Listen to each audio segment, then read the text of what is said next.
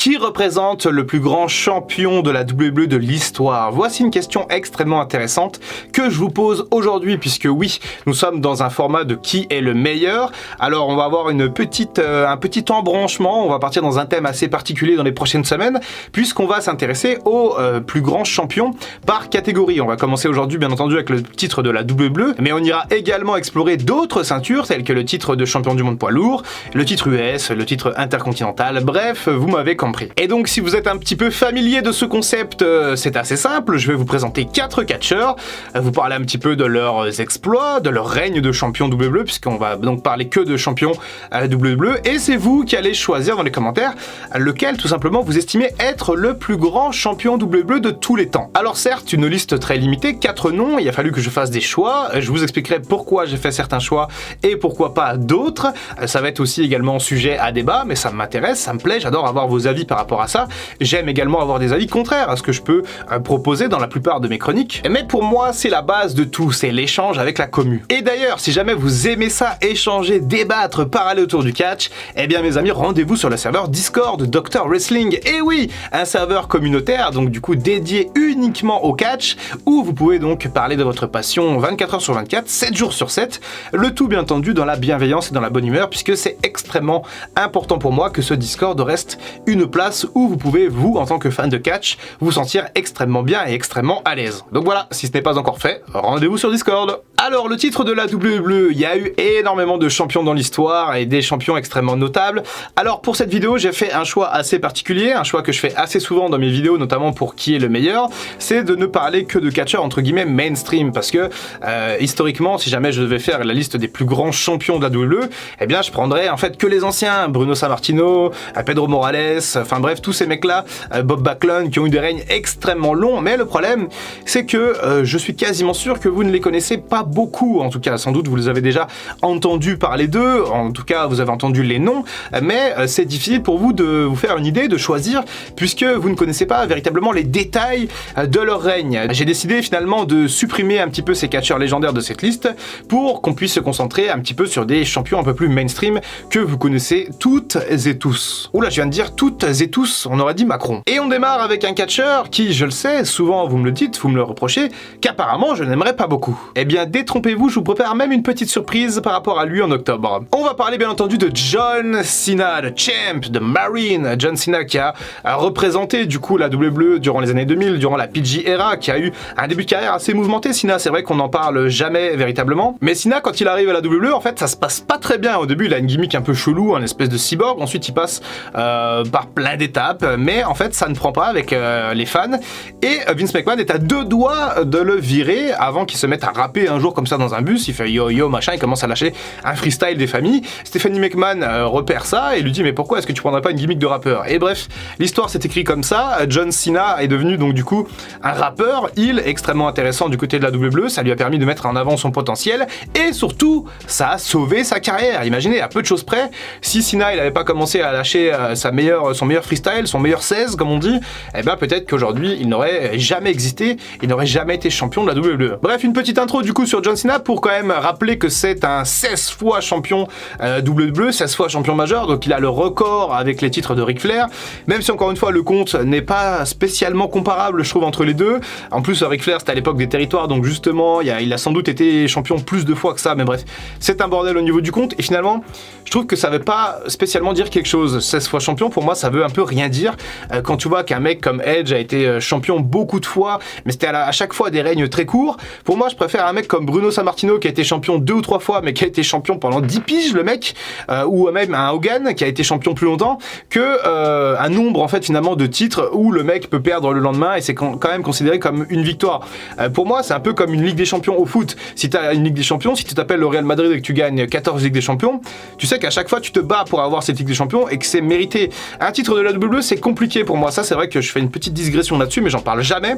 Pour moi, le nombre de titres ne veut finalement rien dire. Bref, ça ne reste que mon avis, encore une fois, c'est sujet au débat, n'hésitez pas à me dire ce que vous en pensez dans les commentaires. Toujours est-il que Cena, il est quand même 16 fois champion, donc ça, malgré tout, dans son palmarès, c'est là. Il a quand même eu une carrière assez intéressante dans les années 2000, il a main eventé quasiment tous les WrestleMania entre le 20 et le 30, alors j'abuse un petit peu, bien entendu, mais globalement, dans l'idée, on y est presque. Bref, tout ça pour dire que John Cena représente la WWE, c'est le champ, voilà, tout simplement, le mec a quasiment pris ce surnom-là de champ, donc ça porte bien son nom, et Cena représente extrêmement bien, je trouve, le titre de champion WWE. Peut-être le meilleur, peut-être pas, ça c'est vous qui allez décider, donc à vous de jouer. Si jamais vous pensez que John Cena est le plus grand champion WWE de l'histoire, eh bien votez 1 s'il vous plaît dans les commentaires. Et allez, plus qu'on est dans la liste de mes catcheurs préférés, je vais maintenant vous parler de Hulk Hogan. Et oui, vous aurez repéré la petite nuance si jamais vous me connaissez depuis quelques mois, quelques années. Hulk Hogan, du coup, ça c'est indéniable, est un des plus grands champions de la WWE.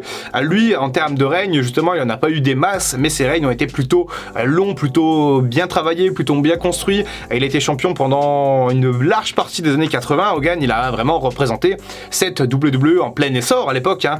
On parle quand même d'une entreprise qui passe d'un simple état, d'un simple territoire à l'époque proche de New York, jusqu'à devenir une entreprise nationale et puis internationale aujourd'hui telle qu'on la connaît. Et Hulk Hogan, ça a quand même été malgré tout le porte-étendard de cette génération dans les années 80. Sans Hulk Hogan, peut-être que la WWE ne se développe pas de la même façon, c'est certain même, je pense.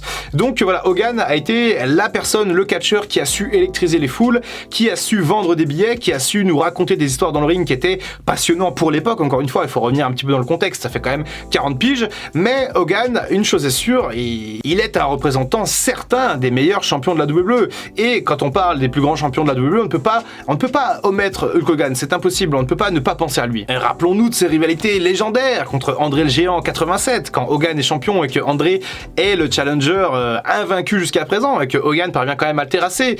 Ou 2 ans plus tard contre le Macho Man Randy Savage, son ami, avec qui c'est parti en steak, et cette rivalité qui a mené au main event de WrestleMania 5. Ou encore avec le Warrior, cet alter ego un petit peu pour Hogan, un petit peu fou, un petit peu sauvage, avec son maquillage de face à l'époque à Toronto à WrestleMania 6, un champion intercontinental, un champion de la WWE qui s'affrontent, winner takes all. Bref, en termes de storytelling, Hogan c'était quand même assez passionnant. Je suppose qu'à l'époque, si jamais j'étais né justement de cette génération-là, si jamais j'avais l'âge de mes parents et que j'avais la chance de regarder le catch à l'époque, je pense que j'aurais adoré Hogan, Savage, Warrior et toutes ces histoires autour justement du titre de la WWE. Hulk Hogan du coup en deuxième choix, donc votez 2 dans les commentaires si vous pensez que le Hulkster est le plus grand champion de l'histoire de la WWE. Bon, il faut que j'avance un petit peu plus vite parce que là je parle beaucoup et vous le savez, je n'aime pas les vidéos longues, je n'ai jamais aimé ça, donc ce n'est pas aujourd'hui que je vais commencer à faire véritablement des vidéos très longues, donc on va passer à notre numéro 3, et pour notre numéro 3, j'ai décidé de vous parler d'un catcheur qui représente un petit peu la classe, qui représente un petit peu la grâce.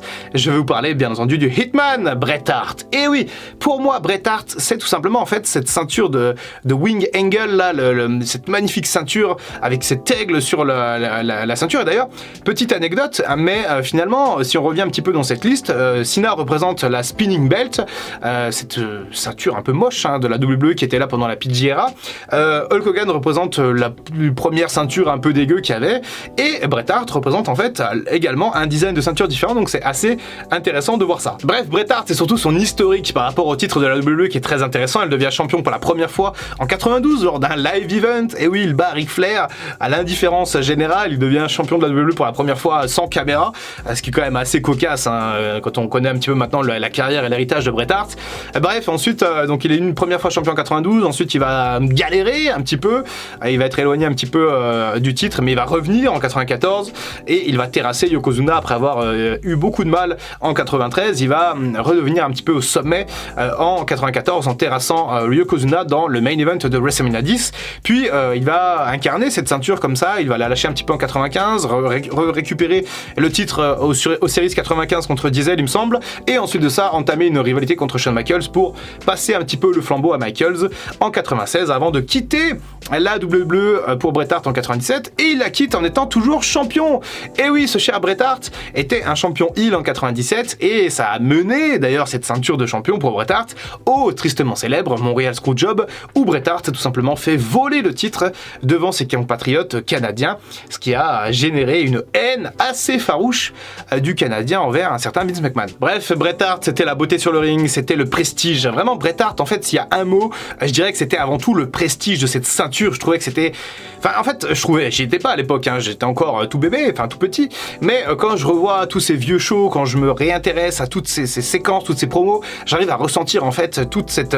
voilà, ce prestige, en fait, c'est vraiment le mot qu'avait Bret Hart envers cette ceinture, ce respect qu'avait Bret Hart pour ce titre de la WWE et cette aura finalement qu'il avait en tant que champion. Je suppose que voilà, les fans de Bret Hart, si jamais vous êtes un petit peu plus vieux que moi et que vous avez connu cette période, n'hésitez pas à mettre un commentaire, à me faire part de vos impressions à l'époque, de ce que vous sentiez finalement quand vous voyez le Hitman arriver avec cette ceinture et ses lunettes qu'il a donné à un gamin et qu'il avait cette ceinture sur l'épaule. Ça devait être absolument mythique. Bref, si jamais vous pensez que Bret Hart est le plus grand champion de l'histoire de la WWE, votez 3 s'il vous plaît dans les commentaires. Alors pour le 4e choix, ça a été vraiment un casse-tête parce qu'il y a beaucoup de possibilités, il y a beaucoup de grandes stars qui ont tenu cette ceinture de champion WWE et j'ai décidé, et je pense que ça va surprendre, de parler de Edge. Et oui, la Rated R Superstar en 4e choix, puisque oui, pour moi, je pense que Edge justement représente également un petit peu comme Cena cette période un petit peu PG era, un petit peu génération NT1, où Edge était tout simplement peut-être l'antagoniste numéro 1 avec Randy Orton à l'époque,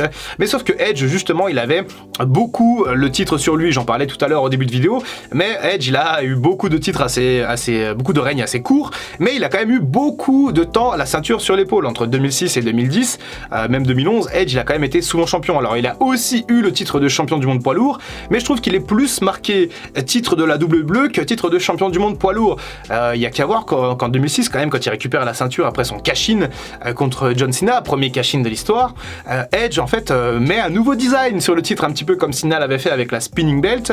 Il met son logo sur la ceinture et ça rend très bien. Il y a la fameuse célébration à Raw avec Lita qui est absolument légendaire. Tous les ados de 2005 comme moi je l'étais à l'époque se rappellent de ce segment absolument torride, mais voilà, Edge pour moi c'est clairement le titre de la WWE, c'est son association avec Vickie Guerrero, c'est un petit peu comme Triple H en 2003, c'est le fait de ne pas lâcher la ceinture, mais de le faire d'une manière plutôt intéressante. Je trouvais que toute cette storyline avec Vickie Guerrero et ce titre de champion WWE, c'était extrêmement intéressant, et Edge était en fait le champ de SmackDown. À l'époque il battait des monstres, il battait Batista, il battait l'Undertaker, il battait des CM Punk, bref, ça en faisait quand même quelqu'un de très crédible, et pour moi Edge, eh bien c'est un petit peu mon champion de la WWE, coup de cœur on va dire de cette liste. Il est un petit peu moins légendaire que les 3 autres, j'en conviens, mais pour moi j'avais très envie de le mettre dans cette liste. Donc voilà, si jamais vous pensez que Edge symbolise le plus grand champion de la WWE de l'histoire, même si je ne pense pas qu'il aura beaucoup de voix, de choix, votez 4 s'il vous plaît dans les commentaires. Voilà pour cette petite liste, maintenant c'est à vous de jouer, votez. On dirait que je suis Nikos Aliagas dans The Voice quand je dis ça,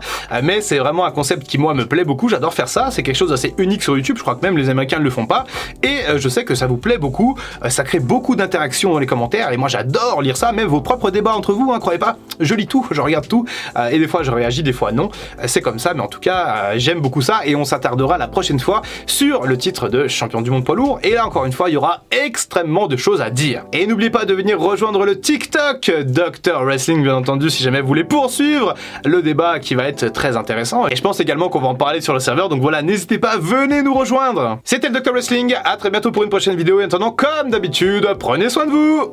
I can feel the blood creeping up from the heathens. Got will, got fight, got pride, got reason. If they wanna go eat, then you know I'm gon' feed them. If you're coming for me, hope you're ready for a demon.